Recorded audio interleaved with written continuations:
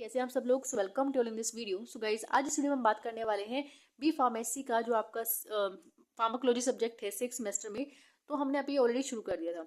तो यहाँ पे हमने यूनिट फर्स्ट का सेकंड पार्ट देख रहे हैं हम, जिसमें हमें पढ़ना है गैस्ट्रो इंटेस्टाइनल ट्रैक्ट के रिगार्डिंग जो डिसऑर्डर्स डिजीज होती हैं, तो उनके हम देखने वाले हैं कौन कौन सी ड्रग इसमें इस्तेमाल होती है। तो देखो, सबसे पहले हमने यहाँ पे एंटी अल्सर एजेंट्स हमने ऑलरेडी बात कर ली थी। ठीक है, अल्सर क्या होता है, इसकी जो क्लासिफिकेशन ऑफ ड्रग्स है वो हमने टोटली देख लिया। ठीक है, तो आज हम देखने वाले हैं ड्रग्स फॉर कॉन्स्टिपेशन। तो कॉन्स्टिपेशन के लिए जो भी ड्रग्स इस्तेमाल होती हैं वो बेसिकली हम यहाँ पे डिस्कस करने वाले हैं। देखो, इसके बाद आपका डायरिया भी आता है। डायरिया जो है इसको हम नेक्स्ट वीडियो में देखेंगे। ठीक है, तो आज हम कॉन्स्टिपेशन पे फोकस करेंगे।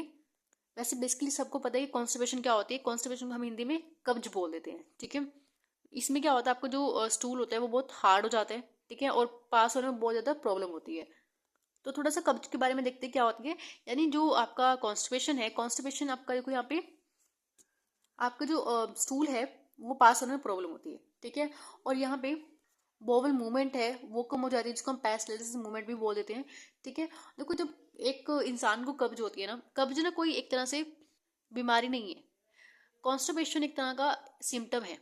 ठीक है, जब कोई इंसान बाहर का बहुत ज़्यादा भर भर के खाता है।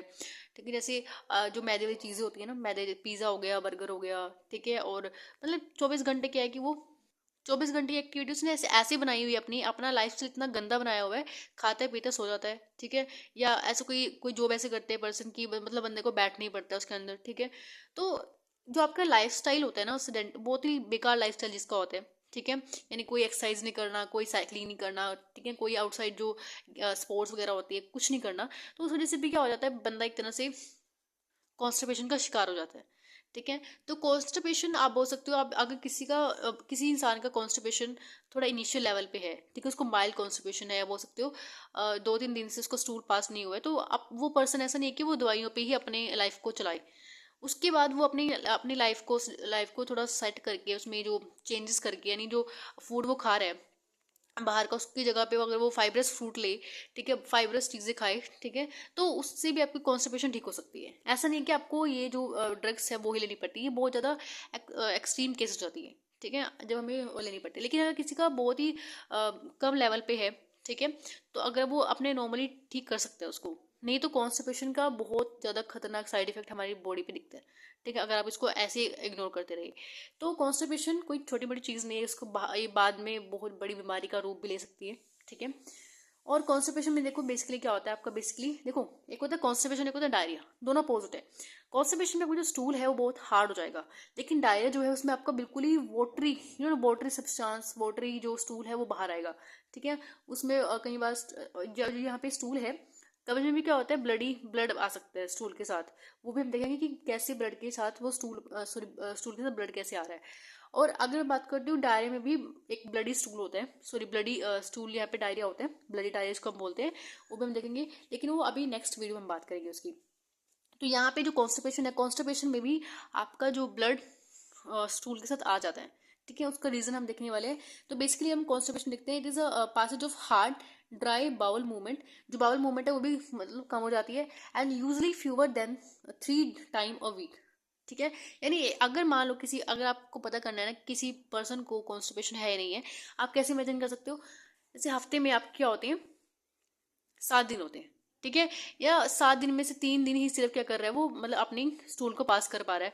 तो आप बोल सकते हो कि इसमें पेशेंट को कॉन्स्टिपेशन हो जाता है। ठीक है, अगर किसी को 3 दिन हो गए, 3 दिन से ज़्यादा हो गए, तो यहाँ पे कब्ज होने के चांसेस बढ़ जाते हैं, यानी कब्ज है उसको पर्सन को। ठीक है, तो यहाँ पे ऐसे हम कुछ सिम्टम्स भी दिए हुए हैं। सिम्टम में क्या है, देखो अब एक इंसान का स्टूल पास नहीं हो रहा, बहुत हार्ड हो गया अंदर बड़ा बड़ा, और वो अंदर क्या कर रहा है, अब उसको अनकंफर्टेबल फील होगा। ठीक है, और वो पूरे दिन पेशेंट जो वो इंसान है वो एक तरह से सुस्त रहेगा। ठीक है, और उसको एक तरह से पेनफुल बाउल मूवमेंट होगी।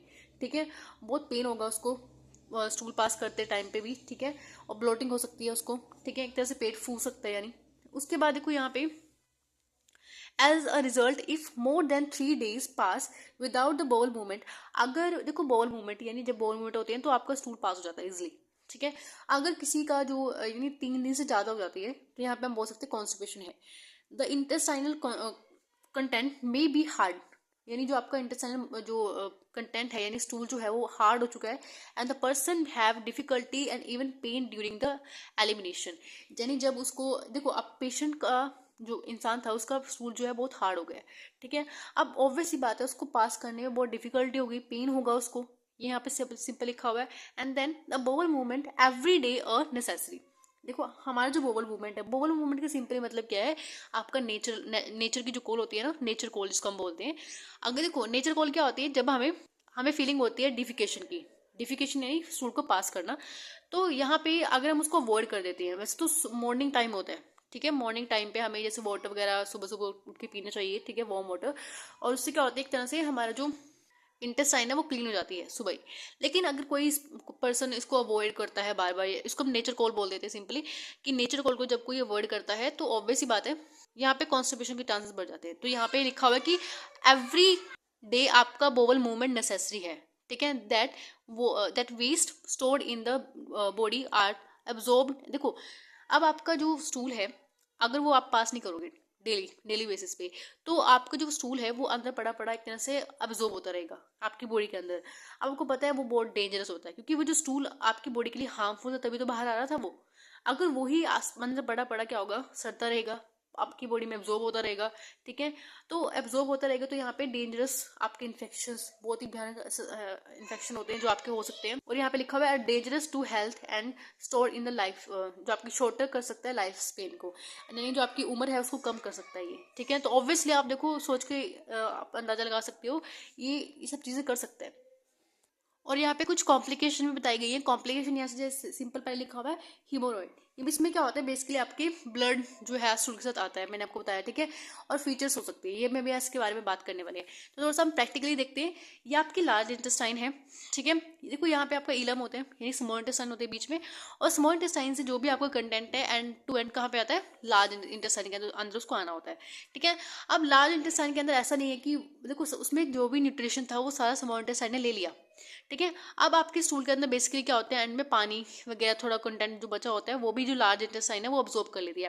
तो जब आपका फूड यानी जो आपका वेस्ट मटेरियल जब आपका लार्ज इंटेस्टाइन के अंदर एंटर करता है, तो उस टाइम पे आपका जो स्टूल है वो वहाँ से जितना भी वाटर है, वाटर कंटेंट है, वो सारा बाहर आ जाता है, ठीक है। अब बेसिकली सपोज करो किसी का क्या हो गया, ये जो पैरालिसिस मूवमेंट है कोई देखो ये जो पैरालिसिस मूवमेंट है ना, ये भी डिपेंड करती है कि आप अपना हर दिन कितना काम कर रहे हो, ठीक है। अगर आप बेकार खाना खा रहे हो, ठीक है, यानी आप मैदे से भरी चीज़ें खा रहे हो, मैगी खा रहे हो, पिज्ज़ा खा रहे हो रोज़ रोज़, और आप कोई काम नहीं कर रहे, ठीक है, खा पी के आप आराम से बैठ जाते हो, तो ये जो मूवमेंट है इसमें भी आपका फर्क आ जाता है, यानी कैसे जैसे कम हो जाती है मूवमेंट, तो जितना मूवमेंट करेंगे तभी तो उतनी मूवमेंट अच्छे से हो पाएगी बॉडी में, ठीक है। ऐसा नहीं कि नहीं होती, होती है, लेकिन आपने फूड भी ऊपर से ऐसा खा लिया और ऊपर से मूवमेंट होने में प्रॉब्लम होगी उसको, तो आपको थोड़ी एक्सरसाइज बाहर से करनी पड़ेगी, थोड़ी साइकिलिंग वगैरह अपनी अपनी एनर्जी को थोड़ा सा लगाना पड़ेगा कहीं पे। घर के काम करो, थोड़े से झाड़ू पोछा करो, ठीक है, मम्मी की हेल्प किया करो, तो इतनी मतलब वो नौबत नहीं आएगी, ठीक है। तो कभी यहाँ पे देखो सिंपल बेसिकली जो आप फूड यहाँ पे एंटर किया है, तो यहाँ से जो वाटर है वो सारा पास हो जाएगा आपकी ब्लड में, ठीक है। तो यहाँ से आपका सिंपली आपका जो वाटर है वो आपके ब्लड में चला जाएगा, और उसके बाद जो ये स्टूल है, मैंने आपको बताया कि कुछ भी हो सकता है यहाँ पे, जो कई बार क्या होती है जो मूवमेंट है, या तो इस मूवमेंट में कोई प्रॉब्लम हो जाती है, ठीक है, एक्सवाइजेड काफ़ी सारी प्रॉब्लम्स होती हैं या काफ़ी सारे रीजंस हो सकते हैं इसके, तो मूवमेंट में हो सकती है प्रॉब्लम। अगर मूवमेंट में कोई प्रॉब्लम होगी तो यहाँ पे जितना भी वाटर है पड़ा पड़ा यहाँ से निकलता रहेगा और ये बहुत हार्ड हो जाएगा बेसिकली। अब यहाँ से जब ये मूवमेंट करता करता यहाँ पे जो अराउंड में लेयर्स होती है इस तरह की, यहाँ पे जो स्टूल है लेयर इस तरह से यहाँ पे लेयर क्रिएट कर लेते हैं, ठीक है। और जब ये लेयर है यहाँ पे और भी क्या होती है ड्राई होती जाती हैं, ठीक है, हार्ड हो जाएगा स्टूल और भी। तो जब यहाँ से ना ये क्या होगा, ये लेयर को जब ये उतरेगा यहाँ से, तो ये एक तरह से इसमें क्रैक कर सकता है लेयर के अंदर, जो ये लेयर है यहाँ पे आपकी क्रैक हो सकती है ये लेयर यहाँ से, ठीक है। अब बेसिकली क्या होगा, जब ये क्रैक होगी तो ऑब्वियसली बता यहाँ पे ब्लीडिंग होगी, इंटरनल ब्लीडिंग शुरू हो जाएगी। इंटरनल ब्लीडिंग होगी तो ऑब्वियसली बता जब आपका स्टूल यहाँ से बेसिकली पास भी होगा तो उसमें ब्लडी स्टूल होगा, ठीक है, तो स्टूल में ब्लड आएगा और यहाँ पे इसके बाद इन्फेक्शन होना शुरू हो जाता है आपकी बॉडी के अंदर बेसिकली। तो सिंपली बात है कि देखो यहाँ पे फीचर्स जो थी, यानी एक तरह से दरार आ रही है यहाँ पे इसमें, इस टूल की वजह से जब हार्ड हो गया तो दरार आ जाती है, ठीक है। अब देखो और भी काफी सारे रीजन होते हैं, एक जैसे यहाँ पे जब आपका स्टूल अल्टीमेटली यहाँ पे पहुंचता है, ठीक है, एनस एरिया में, तो आपको एक कॉल आती है नेचर की तरफ से कि अब तुम जाओ और इस डिफिकेशन करके आओ, ठीक है, यानी आप ना फिर आप टॉयलेट जाते हो, ठीक है। तो यहाँ पे बेसिकली क्या होता है, जब एक तरह से सिग्नल मिलता है आपकी बॉडी को, ठीक है, तो आप जाते हो स्टूल पास करने। तो ये बेसिकली सिंपल इसका वो होता है। लेकिन सपोज करो अगर मान लो कोई इस चीज को अवॉइड कर देते हैं, ठीक है, अपने नेचुरल कोड को अवॉइड कर रहा है, तो ऑब्वियस सी बात है स्टूल यहीं पे पड़ा रहेगा, ठीक है। और आपको पता है कि एक बार अगर अवॉइड हो गया तो काफी लंबे टाइम तक मतलब बात चल जाती है। तो यहाँ पड़ा पड़ा जो वाटर है वो अब्जॉर्ब होता रहेगा, ठीक है, यहाँ से, और ऊपर से हार्ड होता रहेगा स्टूल, तो यहाँ पे आपका कब्ज होना और शुरू हो जाती है। बेसिकली ये भी होता है। देखो और क्या रीजन होते हैं, देखो यहाँ पे आपको ये जो मसल्स दिखाई हैं, सॉरी यहाँ पे जो आपका स्फिंक्टर है, यहाँ पे एक होता है आपका एक्सटर्नल एनल स्फिंक्टर, एक होता है internal anal sphincter. Internal anal sphincter जो होता है, देखो ऐसा तो नहीं है ना, जब आपको आपको जब नेचर कॉल आती है तो आप एकदम से तो नहीं आपको मन करता कि मैं अभी अभी जाना है, ठीक है, ऐसा नहीं कि रोक ना पाओ, ठीक है। छोटे बच्चे ऐसा होता है कि वो रोक नहीं पाते अपने स्टूल को, लेकिन जो एडल्ट होते हैं वो अपने इजिली अपने स्टूल को रोक सकते हैं, वो जब चाहे वो जा सकते हैं, ठीक है। तो यहाँ पे बेसिकली क्या होता है, वो उसके अकॉर्डिंग, यानी एक तरह से वहाँ जो वॉलंटरी मसल्स होती हैं वो काम करती हैं।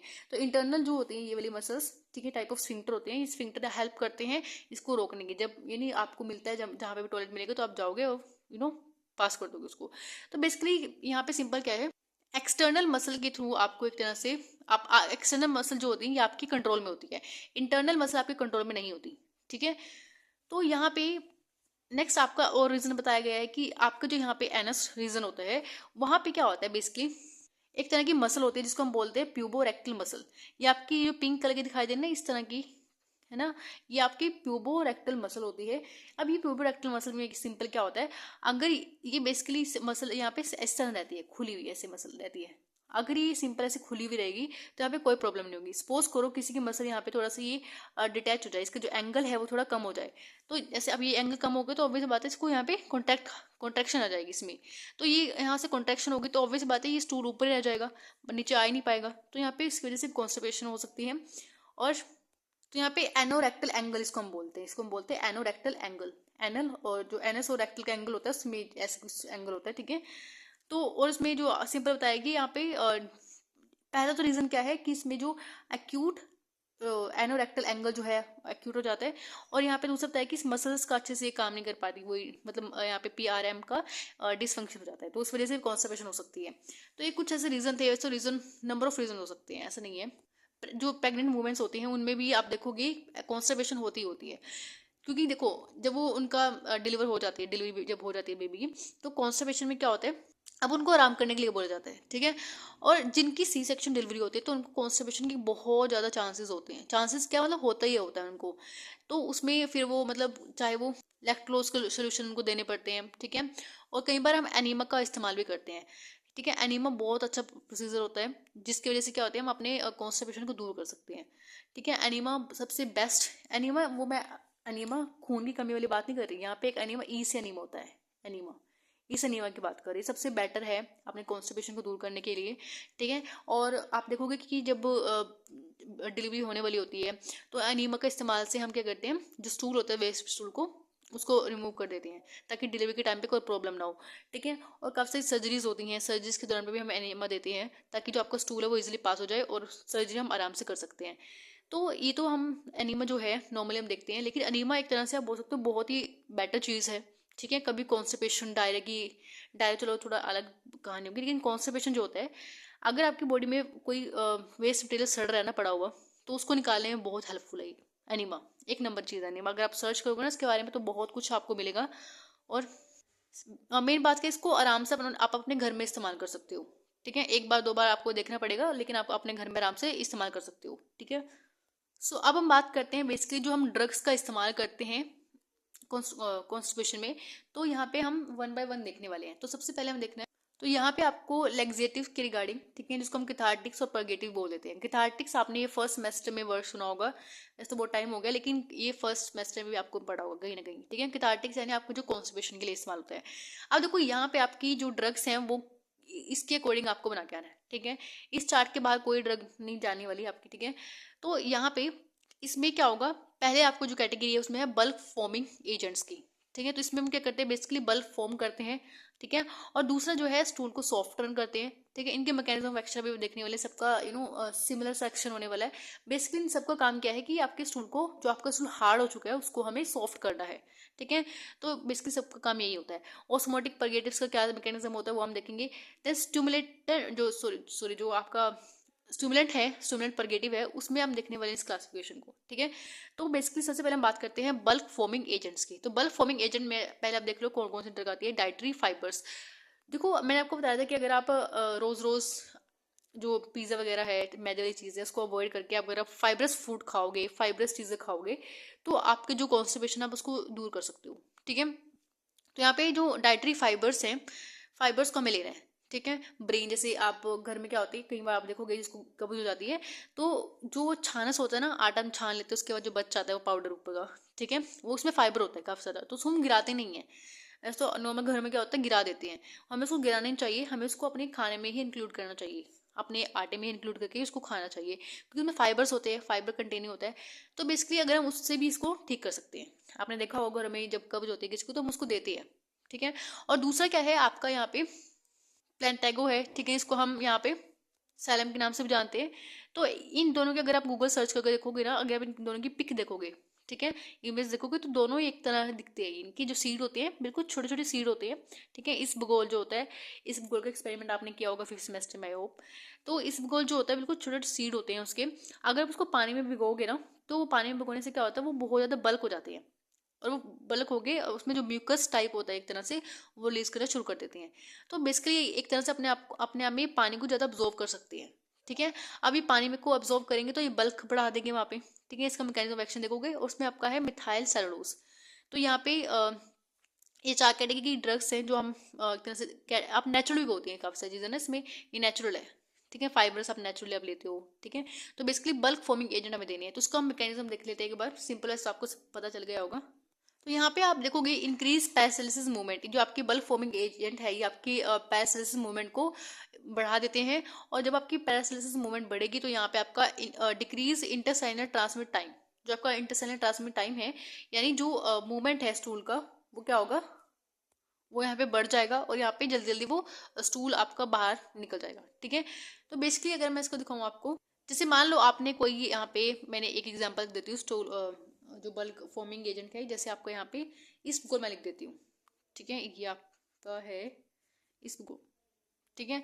मान लो ये आपने लिया है, इसको क्या होता है, ज़्यादातर हम इसको कर्ड के साथ लेते हैं, ठीक है। इसको लेने के बाद हमें प्लेंटी ऑफ वाटर पीना पड़ता है, पानी ज़्यादा पीना पड़ता है हमें इसके बाद, ठीक है। क्योंकि देखो बेसिकली क्या हो रहा है, ये क्या करते हैं, जब आपकी ये लार्ज इंटेस्टाइन में पहुंच जाएगा और यहाँ पे आपका स्टूल पड़ा हुआ है, जब ये दोबारा से यहाँ पे, ये फॉर एग्जांपल आपका ये आ गया यहाँ पे, इसको जब आपने खाया था वो यहाँ पे आ गया। अब ये जब आपके यहाँ पे आएगा तो जो पानी यहाँ पे, जो स्टूल है, ये पानी यहाँ से भेजता है वापस यहाँ पे ब्लड में जाता है।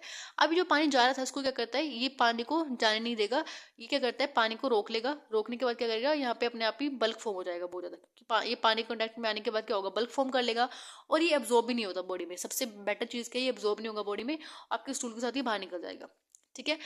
तो यहाँ पे जब ये पानी को रोक लेगा, एब्जॉर्ब नहीं होने देगा, तो ये स्टूल को भी सॉफ्ट कर देगा, देन यहाँ से पैरालिसिस मूवमेंट के अकॉर्डिंग यहाँ पे निकल जाएगा बाहर, ठीक है। तो इसका काम होता है बल्क को बढ़ा देता है बेसिकली ये। लेकिन इसका एक तरह से हम बोल सकते हो कि जिसको ज़्यादा कॉन्स्टिपेशन होती है ना, उसको अवॉइड किया जाता है ये, क्योंकि पहले तो उसको कॉन्स्टिपेशन है, और पहले ही आप, क्योंकि यहाँ पे पूरा भरा पड़ा है ये, ठीक है। तो ऑब्वियस सी बात है, अगर थोड़ा सा आप दोगे इस गोल तो ये कैसे मूवमेंट करेगा, बेसिकली डिफिकल्ट हो जाता है यहाँ पे। तो उस टाइम पे तो कई बार हमें एनिमा वगैरह की हेल्प से, या बोल सकते हो कुछ और ही करना पड़ता है हमें, ठीक है। लेकिन किसको अगर हायर लेवल पे कॉन्स्टिपेशन है तो हमें उस टाइम पे ये चीज़ नहीं देनी चाहिए। तो नेक्स्ट हमारा आता है स्टूल सॉफ्टनर। तो स्टूल सॉफ्टनर में आपके पास आता है लिक्विड पैराफिन, इसमें पहला आपको लिक्विड पैराफिन, दूसरा आपके पास डोज, यानी आपको जो डॉक्यूसेंट्स है जिसका बेसिकली है। तो ये लिक्विड पैराफिन का मेन फंक्शन क्या होता है, जब ही आपके यहाँ पे लिक्विड पैराफिन पहुंचता है तो इसको एक तरह से ये स्टूल को सॉफ्ट कर देता है लिक्विड पैराफिन, ठीक है। तो इस तरह से क्या होता है, स्टूल जब सॉफ्ट होगा तो यहाँ पे पैरालिसिस मूवमेंट बढ़ जाएगी और आपका स्टूल रिमूव हो जाएगा बॉडी से। तो यहाँ पे लिखा हुआ है स्टूल सॉफ्टनर में क्या होता है, increase the lipid and water का जो होता है उसको स्टूल में बढ़ा देती है, और यहाँ पे एब्जॉर्प्शन इन स्टूल क्या होता है, आपके स्टूल में एब्जॉर्ब हो जाती है वो, ठीक है। आपके ब्लड में एब्जॉर्ब नहीं होती, उसके अलावा क्या होती है, आपके स्टूल में एब्जॉर्ब हो जाती है, जिस वजह से आपका स्टूल जो है सॉफ्ट हो जाता है, ठीक है। तो इसमें आपको बेसिकली सिर्फ 2 ही पढ़नी है। नेक्स्ट आपका आता है osmotic purgatives. Osmotic purgative simple है, ये क्या करती है, आपके जो ये इंटेस्टाइन है यहाँ पे जब ये ऑस्मोटिक परगेटिव पहुंच जाता है तो ये बेसिकली क्या करती है, अपनी तरफ वाटर को अट्रैक्ट करती है, ये वाटर को यहाँ पे वापस नहीं जाने देगी। देखो मेन चीज कि आपका जो वाटर है इसी के ऊपर ऐड कर रही है, ठीक है, इसके ऊपर यहाँ पे एक्ट करेगा, वाटर को सिर्फ एब्जॉर्ब नहीं होने देंगे, वाटर जब एब्जॉर्ब नहीं होगा तो यहाँ पे क्या होगा, आपको जो ये है स्टूल सॉफ्ट हो जाएगा, देन आपका बाहर रिमूव हो जाएगा। बेसिकली हमें इसको स्टूल को सॉफ्ट करना है, ठीक है। अब देखो यहाँ पे जब हम ये चीजें ले रहे होते हैं तो हमें पानी ज्यादा पीना होता है, क्योंकि यहाँ से वाटर आपका एब्जॉर्ब नहीं हो रहा, ठीक है। तो हमें ये ज्यादा ध्यान रखना है कि इस टाइम पे हमें पानी ज्यादा पीते रहना चाहिए, ताकि आपका जो स्टूल है वो सॉफ्ट भी होता रहे। देखो हमें पानी वैसे तो नॉर्मल जो हम पीने जितना पीना चाहिए, ठीक है, डेली बेसिस पे हमें उतना ही पीना चाहिए, जैसे 7 से 8 गिलास आप पीते हो पानी डेली, तो आपको उतना ही पीना चाहिए, जिस वजह से आपको ये चीज़ नहीं हो सकती, ठीक है। तो हमें वैसे इसको इन मेडिसिन को लेने के बाद पानी भी ज़्यादा पीना है, क्योंकि हमारे यहाँ से पानी एब्जॉर्ब नहीं हो रहा, तो हमें डिहाइड्रेशन की प्रॉब्लम भी हो सकती है उस टाइम पे, ठीक है। तो ऑस्मोटिक परगेटिव में आपकी जो मेडिसिन हैं, मैग्नीशियम सल्फेट हो गया, मैग्नीशियम हाइड्रोक्साइड हो गया, magnesium sulphate, sodium sulphate, sodium phosphate, sodium potassium tartrate हो गया, ठीक है। और आपको जो लैक्टोलोज है, ठीक है, लैक्टिटोल है, ये कुछ मेडिसिन है। नेक्स्ट आपका देखते हैं स्टिमुलेंट परगेटिव्स। स्टिमुलेंट परगेटिव में देखो पहला आपका आता है यहाँ पे ये वाला, देखो स्टूल स्टिमुलेंट जो है आपकी एक तरह से फर्स्ट अप्रोच होते हैं, ठीक है। इसका मैकेनिज्म ऑफ एक्शन बेसिकली क्या होता है, ये जो आपका एंटारिक नर्वस सिस्टम होता है उसको एक्टिवेट करता है, जो एंटारिक नर्वस सिस्टम होता है, यानी जो आपका इंटेस्टाइनल नर्वस सिस्टम होता है, ठीक है, जो उनके बाद एंटारिक नर्वस सिस्टम आपको पता होना चाहिए क्या होता है, ठीक है। तो एंटारिक नर्वस सिस्टम जो है ये क्या करता है, बेसिकली यहाँ पे एसिटाइलकोलिन रिलीज करता है। ये एसिटाइलकोलिन किससे बाइंड करेगा, M3 रिसेप्टर से बाइंड करता है। अब यहाँ पे क्या होगा, जब M3 रिसेप्टर से बाइंड करेगा तो यहाँ पे पैरालिसिस मूवमेंट हो जाएगी, ठीक है। अब देखो यहाँ पे आपने इसको तो एक्टिवेट कर दिया, एसिटाइलकोलिन को, M3 रिसेप्टर को भी यहाँ पे एक्टिवेट कर दिया, क्योंकि हमारे यहाँ पे M3 इंटेस्टाइन के आसपास क्या होते हैं, M3 रिसेप्टर्स होते हैं, तो इस वजह से यहाँ पे हमारे इसको एक्टिवेट करने के बाद पैरालिसिस मूवमेंट को बढ़ा दिया और यहाँ पे स्टूल जो है पास हो गया, ठीक है। आपने ये तो कर दिया, लेकिन यहाँ पे एक तरह से आप बोल सकते हो साइड इफेक्ट होता है इन प्रेग्नेंट वुमेन्स। प्रेग्नेंट वुमेन में क्या इसका साइड इफेक्ट हो सकता है, देखो सोच के देखो आप, कि मान लो यहाँ पे जो प्रेग्नेंट वुमेन्स होती है उनको रेस्ट्रिक्ट किया जाता है कि हमें जो स्टूल स्टिमुलेंट है ये हमें प्रेग्नेंट वुमेन में अवॉइड करना है, ठीक है। तो प्रेगनेंसी में ये आपको अवॉइड करना है, उसमें नहीं देना। क्यों नहीं देना है, बेसिकली देखो ये क्या करता है, यहाँ पे एक तरह से रिलीज कर रहा है एसिटाइलकोलिन को, और यहाँ पे मूवमेंट बढ़ा रहा है, कॉन्ट्रैक्शन बढ़ा रहा है। बेसिकली मूवमेंट जब यानी पैसेज मूवमेंट में एक तरह से कॉन्ट्रैक्शन तो होती है, जब आपकी कॉन्टैक्ट करेगी, जो आपकी इंटेस्टाइन कॉन्टैक्ट करने के बाद आपका स्टूल बाहर आएगा। अब ये जो रिसेप्टर्स होते हैं ना, ये रिसेप्टर आपके एसिटाइलकोलिन के रिसेप्टर आपकी एक तरह से यूट्रस में भी होते होंगे शायद, ठीक है। तो यूट्रस में इस क्या होते हैं, जब ये एसिटाइलकोलिन रिलीज होगा यूट्रस के ऊपर भी एक्ट करता है। अब वो प्रेग्नेंट वुमेन है, ठीक है। अब कॉन्ट्रैक्शन जब वहाँ पे यूट्रस में होगी तो ऑब्वियस सी बात है अबॉर्शन होने के चांसेस बढ़ जाते हैं वहाँ पे। तो स्टूल स्टिमुलेंट के हमें जो है प्रेग्नेंट वुमेन में अवॉइड करते हैं हमेशा। इसके रीजन मैंने आपको बता दिया कि जो उसके रिसेप्टर जो होते हैं वो आपके यूट्रस में भी होते हैं, तो यूट्रस जब कॉन्टैक्ट करता है तो कॉन्टैक्ट होने की वजह से अबॉर्शन हो सकता है, ठीक है। तो यहाँ पे हमें इसको अवॉइड करना है इन प्रेग्नेंट वुमेन। अगर सपोज करो किसी केस में दे भी रहे हैं तो उसको हमें लंबे टाइम तक नहीं चलाना है, ठीक है। अवॉइड करना है कि हम उसको लॉन्ग टर्म के लिए ना दें, ठीक है। और यहाँ पे देखो जो हमने ऑस्मेटिक परगेटिव पढ़े थे, तो यहाँ मैंने आपको बताया कि वाटर को अब्जॉर्ब कर लेते हैं स्टूल के अंदर, ठीक है। और यहाँ पे वाटर को यानी अब्जॉर्ब ब्लड में नहीं होने देंगे, ठीक है। ये स्टूल जो पैसेज मूवमेंट है वो बढ़ जाएगी और जो स्टूल है वो आपका सॉफ्ट हो जाएगा, देन डिफिकेशन हो जाएगा एंड में। लेकिन इसका साइड इफेक्ट भी होता है, इसका एडवर्स इफेक्ट क्या है, यहाँ पे ये इलेक्ट्रोलाइट इम्बैलेंस कर देता है, क्योंकि वाटर के साथ आपके काफ़ी सारे वो आपके जो होते हैं ना बाइकार्बोनेट, सोडियम वगैरह, ये सब आपके साथ जाते हैं वाटर के साथ, ठीक है। अगर सोडियम वाटर वहीं पे रह गया तो ऑब्वियस बात है यहाँ पे इलेक्ट्रोलाइट्स इम्बैलेंस हो सकते हैं उस टाइम पे, ठीक है। तो मैंने आपको इसका थोड़ा सा एडवर्स इफेक्ट भी बताए हैं, ठीक है। इसका एडवर्स मैंने इफेक्ट आपको बता दें कि इससे इलेक्ट्रोलाइट जो होते हैं इम्बैलेंस हो सकते हैं, और इसको हमें क्या करना होता है, जो ये जो स्टिमुलेंट परगेटिव्स हैं इसको हमें प्रेग्नेंट वुमेन में नहीं देना होता, ठीक है। अब बेसिकली हम बात करते हैं इनकी। देखो पहला जो हमारे पास है इसको हम बोलते हैं डाइफिनाइल मीथेन्स, मीथेन्स बोलते हैं। तो इसमें हमारे पास दो ही आते हैं सिर्फ। पहला आता है बिस्कोडाइल, ठीक है, और दूसरा होता है सोडियम पिकोसल्फेट। और यहाँ पे एंथ्राक्विनोन में आपका जो आता है सेना आता है, और आपका जो कैस्केरा है, ठीक है, वो आता है। तो देखो सेना का एक एडवर्स इफेक्ट आता है यहाँ पे। सेना में एडवर्स इफेक्ट क्या आता है, जब सेना हम देते हैं किसी भी पेशेंट को, तो सेना क्या करता है, बेसिकली मान लो किसी पर्सन ने सेना का इस्तेमाल किया, खाया उसने सेना, तो सेना क्या करता है, यह जो यहाँ पे लेयर्स है, लेयर जो यानी लेयर है, जब ये खाता है ना तो ये लेयर का जो कलर है सेना सेना ना इसका कलर ब्राउन कर देती है, इसको हम बोलते हैं ब्राउन पिगमेंटेशन। जब ये जो लेयर है यहाँ पे, ये लेयर है, ठीक है, इस जब इस लेयर का कलर क्या होता है, ये सेना बेसिकली खाने से होता है ये, ठीक है, और किसी में नहीं होता। सेना में क्या होता है, इसको हम लेते हैं तो यहाँ पे जो ये लेयर है ये ब्राउन पिगमेंटेशन हो जाता है, यहाँ पे क्या हो जाता है, ब्राउन पिगमेंटेशन। इसको हम मिलेनोसिस भी बोल देते हैं, मिलेनोसिस कोली बोल देते हैं, ठीक है, क्योंकि इसमें ब्राउनिश यहाँ पे स्किन कर देते हैं यहाँ पे। और देखो यही नहीं, जो यूरिन है और स्किन ब्राउन नहीं होगी, मतलब जो इंटरनली जो लेयर है ये ब्राउन हो जाएगी, ठीक है, इसको हम बोलते हैं ब्राउन पिगमेंटेशन। और इसके अलावा जो यूरिन होता है उसका भी कलर जो है ये ब्राउनिश कर देती है, ठीक है, तो ये आपका किडनीज वगैरह पे आप बोल सकते हो इफेक्ट आ सकती है। तो यहाँ पे लिखा हुआ है सेना का रिवर्स इफेक्ट ब्राउन पिगमेंटेशन कर देती है, मिलेनोसिस को हम बोलते हैं, और यूरिन का डिसकलरेशन कर सकती है, ठीक है, बेसिकली। नेक्स्ट इसमें आपके आती है 5H T4 जो है एगोनिस्ट, जिसको हम बोलते हैं। इसमें आपके पास एक ही ड्रग है, प्रूकैलोप्राइड। तो प्रूकैलोप्राइड जो है आपकी 5H T4 एगोनिस्ट है। तो एक इसमें बेसिकली क्या होता है, ये जो एक तरह से ये रिसेप्टर जो होता है ये सीरोटोनिन के लिए रिसेप्टर होता है, ठीक है, और जो ये ड्रग है ये तरह से सीरोटोनिन की तरह एक्ट करती है, ठीक है।